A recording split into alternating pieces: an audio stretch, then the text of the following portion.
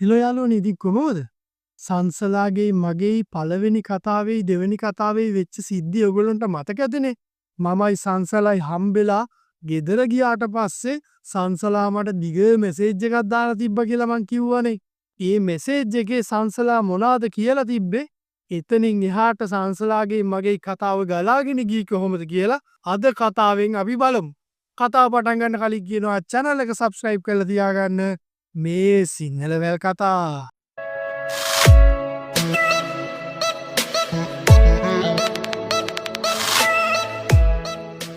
සංසලා දිග මැසේජ් එකක් දාලා තිබ්බ කිව්වනේ. ඇත්තට මේ මැසේජ් එක කියවන්න මට විනාඩි 10ක් විතර ගියා. සංසලා ඒකේ දාලා තිබ්බේ එයාගේ තාත්තගේ අසනීපය ගැන, ඊට පස්සේ එයාගේ පවුල් පරිසරය ගැන, එයා ඉස්කෝලේ ගියේ කොහෙද, එයා හැදුනේ වැඩුනේ කොහොමද, එයාගේ කලින් බොයිෆ්‍රෙන්ඩ් එක්ක යාළු වුණේ කොහොමද, ඊට පස්සේ ඒ කොල්ලත් එක්ක එහෙ මෙහෙ ගියේ කොහොමද, කවද්ද මුලින්ම එයා කෙල්ලෙක් නොවී ගෑණියෙක් වුණේ, දවස් කීයක් විතර ඒ දෙන්න එකට ඉඳලා තියෙනවද, සංසලාගේ මේ වෙද්දි සාමාන්‍යයෙන් කී දෙනෙක් විතර ආස්කවුට් කරලා තියෙනවද, වෙන කිසිම රස්සාවක් නැති නිසාද සංසලා සංගීතවල නටන්න ආවේ, මේ වගේ සෑහෙන ලොකු විස්තරයක් ඒ මැසේජ් එකේ අන්තර්ගත වෙලා තිබ්බා. බොරු කියන්න ඕනේ නැහැ, මැසේජ් එක කියෙව්වහම නම් මට සෑහෙන්න දුකක් හිතුණා.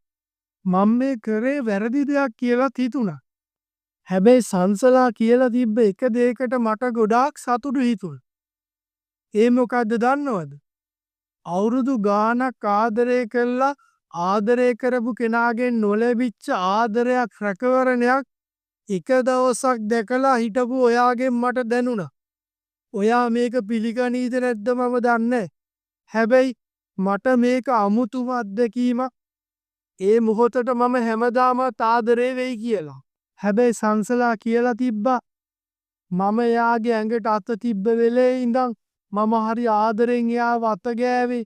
ඒ වගේම මම ජිංගිචිකින් පාර දාද්දි සමහර වෙලාවට වේගෙන් කරත් ඔයාට රිදෙනවද, අමාරුද, නවත්තන්නද කියලා අහහා මං එයා ගැන සෑහෙන්න හිත හිතා ඒ දේ වින්දා කියලා සංසලා සෑහෙන්න මාව වර්ණනා කරලා තිබ්බා. මට පුංචි ආඩම්බරකාරී සතුටකුත් දැනුණා. මොකද සංසලා මාත් එක්ක ඒ දේ විඳලා විතරක් නෙමේ ඒ හැඟීමට හරිම ලෝභ වෙලා. සංසලාගේ දිග මැසේජ් එක කියවලා ඉවර වුණාට පස්සේ මම ඒකට රිප්ලයි එකක් විදියට දැම්මා. ඔයා මං ගැන කොහොම හිතයිද දන්නේ නැහැ සංසලා. හැබැයි මම ඔයත් එක්ක ආවේ ඔයා ගැන ආදරයක් හිතලවත්, ඔයාව කසාද බඳිනවා කියලා හිතලවත් නෙමෙයි. හැබැයි මම හොඳටම දන්නවා මම සල්ලි වලට ගෑනු කෙනෙක් ඇසුරු කරනවා ගියා දාසිකින් ඔයාට ලං වුන්නේ. ඔයාගේ පෙනුම, ඔයාගේ ඇඟපතට, ඔයාගේ හිනාවට මට ආස හිතුණා. ඒකත් එක්ක ආපු හැඟීමක් එක්ක තමයි මම ඔයත් එක්ක හිටියේ. අනික මේ මගේ පළවෙනි අත්දැකීමක් නෙමේ. අනික මම මේ වගේ කෙල්ලෙක් එක්ක හිටපු පළවෙනි අත්දැකීමක් නෙමේ. ඒ හින්දා මට මේක මැජික් එකකුත් නෙමේ කියලා. ඒ වගේම මට ඔයාගේ සිටුේෂන් එක හොඳටම තේරෙනවා. යාළුවෙක් විදියට මට පුළුවන් උපරිමයෙන් මං ඔයාට උදව් කරන්නම්. ඒ වගේම අපි දෙන්න ආය හම්බෙන්න ඕනද නැද්ද කියලා ඔයාම තීරණය කරන්න. මොනා වුණත් මම මේ හැඟීමට ආසයි. ඒ හැඟීමට හරියට ලෝභ වුණා කියලා. ඊට පස්සේ මම සංසලාට කිව්වා අපි මේ විදියට ඇසුරු කරලා බලමු. එතනින් එහාට වෙන දෙයක් වෙයි. ඒ වගේම මම සංසලාට කිව්වා මම මේ ගැන කාටවත් කියලා ඔයාගේ ප්‍රයිවසි එකට බාධාවක් කරන්නෙත් නෑ. මොකද ඔයාගේ බොයිෆ්‍රෙන්ඩ් කොයි වෙලේ හරි හිරේ ඉඳන් ආවොත් අන්තිමට ඒක ඔයාගේ ජීවිතයටත් ප්‍රශ්නයක්, මගේ ජීවිතයටත් ප්‍රශ්නයක් කියලා. හැබැයි යම්කිසි කාලෙක මට හිතුනොත් ඔයා තමා මගේ කෙනා කියලා, එදාට මම ඔයාට කලින් කොල්ලෙක් හිටියද, ඔයා මීට කලින් සෙල්ලම් දාලා තිබ්බද, ඕවා හිතන් නැතුවම ඔයාව කසාද බඳිනවා කියලා. ඒ එකඟතාවයත් එක්ක මෙතනින් එහාට වෙන හැම දෙයකටම දෙන්න එකතු වෙලා මූණ දෙනවා කියලා කතා වෙලා අපි දෙන්න මේක කන්ටිනියු කරන්න තීරණය කළා. එදා මට සංසලා ගැන ඇතිවෙච්ච අනුකම්පා ෆීලිං එකත් එක්ක චැට් එකෙන් මං ඕන නැති දේවල් කිව්වේ නැහැ. සංසලාගේ ෆොටෝ එකක්වත් ඉල්ලන්න හිතුනේ නැහැ. මොකද මට තේරුණා සංසලා අනිවාර්යයෙන්ම අඬනවා කියලා. සංසලාගේ මූණට කඳුළු ගැලපෙන්නේ නැහැ. ඒ හින්දා මං සංසලාගේ ෆොටෝ එකක්වත් ඉල්ලුවේ නැහැ. හැබැයි මෙහෙම දෙයක්ත් තියෙනවා. මගේ ජීවිතේ සංසලා විතරක් නෙමේ හිටියේ. ඒ වෙද්දි මම කෙල්ලෝ දෙන්න තුන්දෙනෙක් එක්කම එහෙම යනවා. ඊට අමතරව සමහර වෙලාවට මගේ ෆෑන්ස්ලත් මගේ ඇඟේ එල්ලෙනවා. ඒ වගේ චාන්ස් මම මිස් කරගන්නෙත් නෑ. මොනා වුණත් සංසලත් හරිම අන්ඩර්ස්ටෑන්ඩින්. අපි දෙන්නගේ තියෙන ආදර සම්බන්ධයක් නෙමෙයි. ඒ වගේම සල්ලි වලට එහෙම යනවත් නෙමෙයි කියලා සංසලා හොඳටම තේරුම් අරන් හිටියේ. ඉතින් සංසලා කොයි වෙලේවත් මගේ නිදහසට බාධා කරේ නෑ. ඔය විදිහට අපි පුළුවන් වෙලාවට පුංචි කෝල් එකක් ගන්න මැසේජ් එකක් දාන්න හුරු වෙලා හිටියා. පළවෙනි හමුවීමේ සතියකට විතර පස්සේ මට ආයෙ පාරක් සංසලාගේ රස බලන්න ඕනේ කියලා හිතුණා. හැබැයි එදා මම සංසලත් එක්ක දුර ට්‍රිප් එකක් යනවා කියලා තමයි ප්ලෑන් කරේ. මොකද මට සංසලත් එක්ක රැයක් ගත කරන්න ආසාවක් ආවා. කලින් කතා කරගත්ත විදිහට සංසලයි මමයි දඹරලේ ප්‍රසිද්ධ හෝටලයකට යන්න තීරණය කළා. කොහොමත් ඒ වගේ ලොකු හොටෙල් වලට එන මිනිස්සු අපේ අවබෝධූප හොයන්නේ නැහැ. උපරිම මාත් එක්ක සෙල්ෆියක් ගන්න එනවා විතරයි. ඒ නිසා මට මගේ සංගීත ජීවිතය ගැනත් බය වෙන්න දෙයක් නැහැ. මමයි සංසලයි දෙන්නම කොහොමත් වීකෙන්ඩ් එකට බිසි. මොකද ගොඩක් වෙලාවට සංගීත සංදර්ශන තියෙනවා.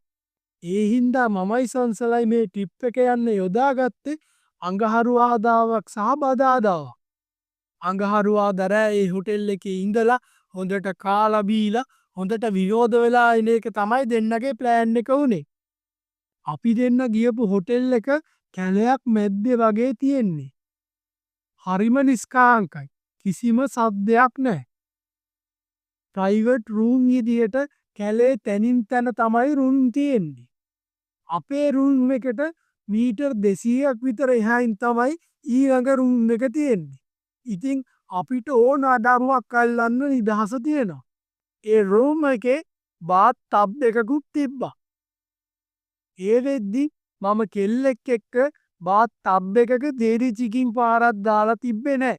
ඉතින් මටත් ආසාවක් තිබ්බා සංසලත් එක්ක බාත් ටබ් එකේ පොඩි සෙල්ලමක් දාන්න. සංසලයි මමයි එදා වයින් බෝතලයක් අරන් ගියා. මොකද රොමෑන්ටික් විදියට අපේ දවස ගත කරන්න අපි දෙන්නට ඕන. ඒ වගේම කොටම කොට නයිට් ඩ්‍රෙස් එකකුත් සංසලා අරන් ඇවිල්ලා තිබ්බා. මමත් ටිකක් දුවම් කොට කලිසමක් අරන් ගියා. ඔය විදියට මමයි සංසලයි වයින් එක බීලා හොඳ පදමට ආවට පස්සේ මම සංසලාට දිග හාදුවක් දුන්නා.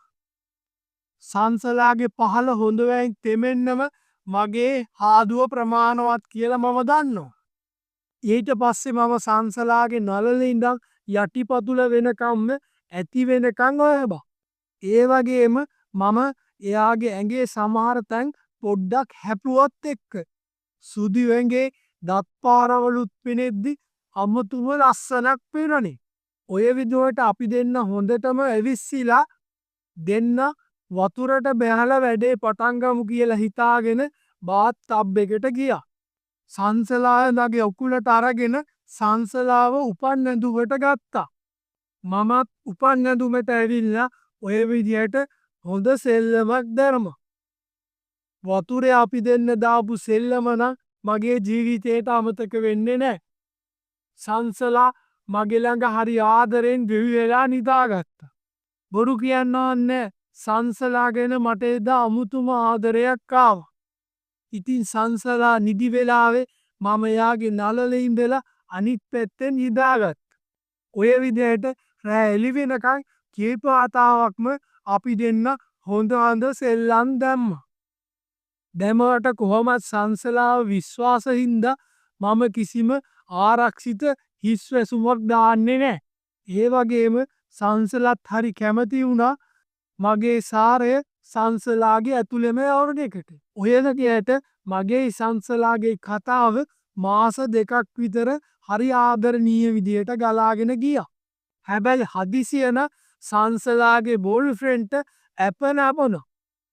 ඊට පස්සෙ සංසලාගේ මගේ කතාව මොකක් වෙන්න ඇතිද. සංසලයි මබයි හම්බ එක නතර කරාද. සංසලාගේ බොයිෆෙන්ට මේක ආරංචි වුණාද. මේ හැර විස්තරයක්ම මව නැග කතාවෙන් කියන්න. ඉතකන් චැනල් එක සබස්ක්‍රයිබ් කළතාගන්න. මේ සිංහලවැල් කතා.